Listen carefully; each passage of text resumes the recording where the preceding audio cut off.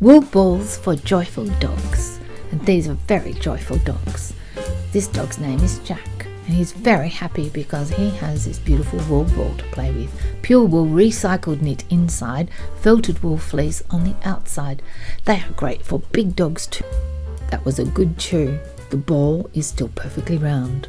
The core is made of little bits of knitted scraps. But here's the story. A couple of years ago, I decided to make a video about dryer balls using scraps of knit inside and fleece or yarn on the outside. They were really successful. The balls were anti-static, antibacterial. They also made the washing dry up to 40% faster. Your balls here have lasted all of that time. And believe it or not, both of these balls fit in little Jack's mouth. You need scraps of wool knit. And in this video, I have actually staged it so that the pieces of wool knit start off really small and progress to bigger pieces. That really doesn't matter that much. The main thing you want is to be able to roll up a ball. And forget the fact it doesn't look like a ball at this point, it doesn't matter. So we roll it a little way, then we turn the little parcel and go perpendicular to it, completely the other way. Now, at this stage, you could put a stitch in it and sew it, but I don't. I just hold it with my hand and I keep squeezing it and squishing it. And using the stretchiness of the knit, I pull it harder and harder until it suddenly starts looking a little bit like a round ball. But if it doesn't ever look like a round ball, don't let that get in your way. It is going to look like a round ball by the time you finish. So keep going until the ball is somewhere-ish around the size you want it to be. The only cost here is the cost of the beautiful wool roving fibre, which might come in the form of rovings or in some cases wool bats, and you will have to buy those.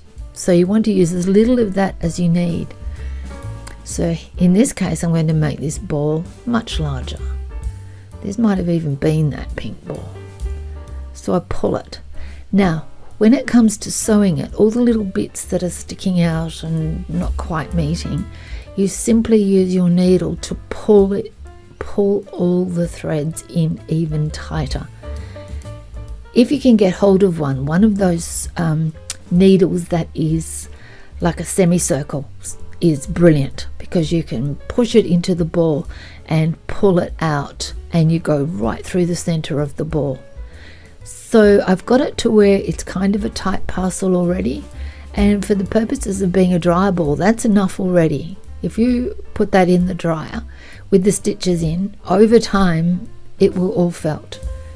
So this is the beautiful fibre that I am going to cover the outside with. This started off as just a piece of wool roving that was maybe, 5 centimeters across, and I have just thinned it out, and you can see there that I have tried to not break the thread or the fibre. Wool is amazing. You can just keep thinning it and thinning it and thinning it, and that's a whole story about some other projects you can do. In this case, I'm just going to enjoy all those beautiful shades of purplish mauve and violet and use that to wrap the ball. Now, because I started there with a light coloured ball, I know that I've done enough and I've covered it enough if I can't see any of that original ball through the parcel. And we don't worry about any of these bits that are just hanging out and look like they're going to be lost. Some of them might be lost, but it's going to be all right. Don't stress. It does not have to be perfect. Now, this idea here of just starting to roll it, that can be really useful. You can sit and watch TV and just roll this dry ball in your hands.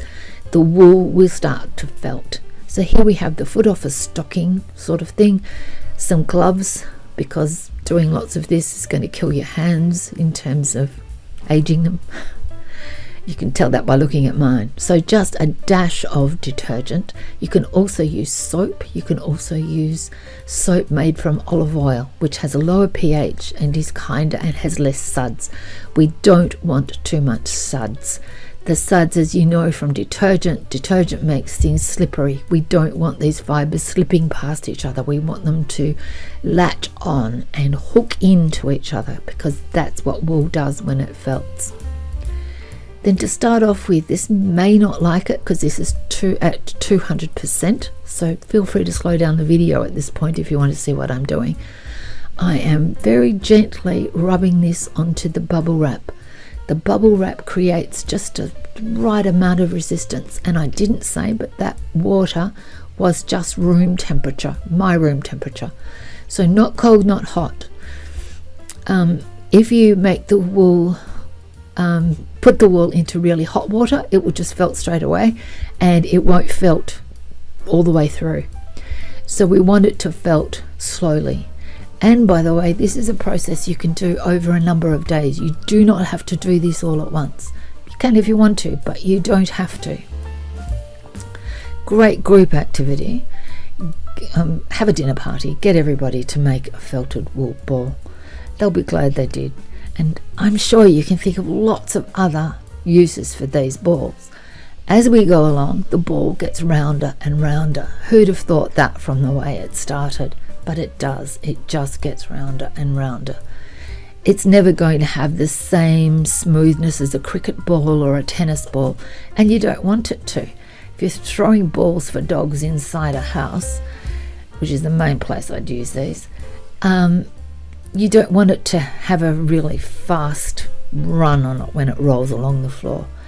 But these do actually, but they're not going to hurt anybody. It's not going to hurt you if you get hit by this.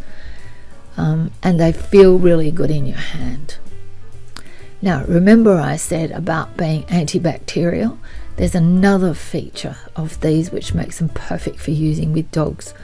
Wool fibre has a wicking effect. If you're like me and you didn't quite know what that meant, it means that any moisture is drawn away to the surface and it's dispersed just immediately. So when a dog's been slobbering all over that ball, you'd think it would feel really wet to the touch, and it doesn't.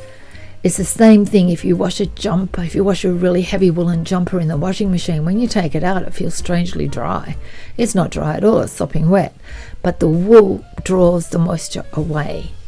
And that's another feature that makes wool so brilliant as something to wear, and in this case something to have in your hand, because we've all had that experience of having a ball that a dog's been playing with, or any toy a dog's been playing with, after they've slobbered over it for half an hour.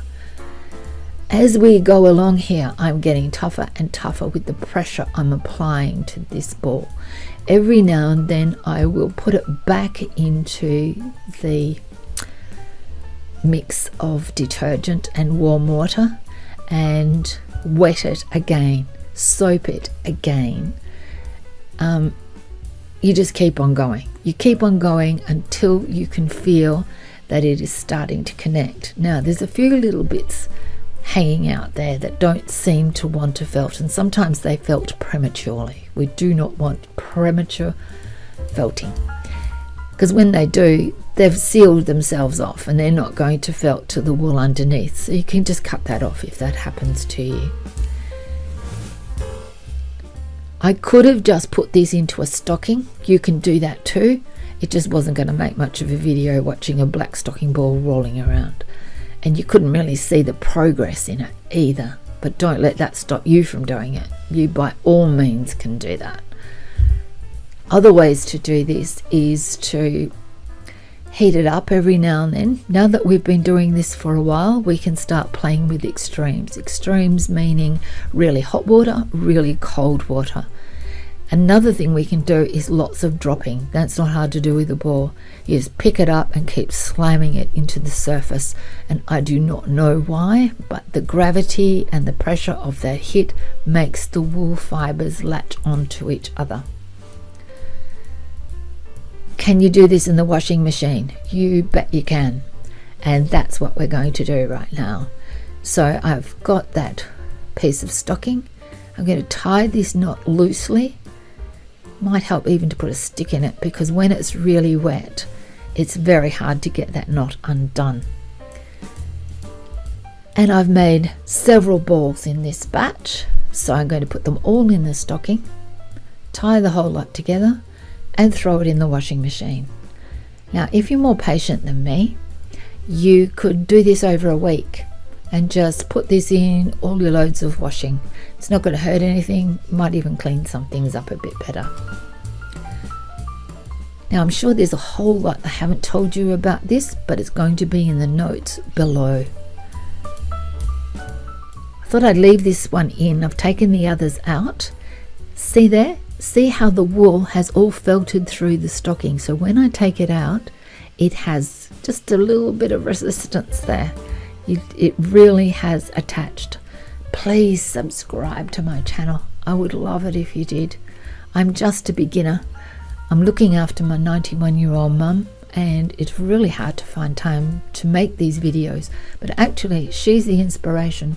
She has been the most fantastic felt maker, and fortunately, she has written lots and lots of notes. And so over the years as well, working with her, I got to learn a lot about the wonders of working with wool. And here's all the balls that I made. And yes, you're right, one of those balls hasn't been made yet. So I put it there so you could see the difference in size between what the ball looks like when you first wrap it up with the wool and what it looks like after it has been felted. And also you can see they're the two balls that came from the ones from 2 years ago. So this really does work well. Thank you so much for watching. I really appreciate it. Jack and Roshi say thank you for watching too.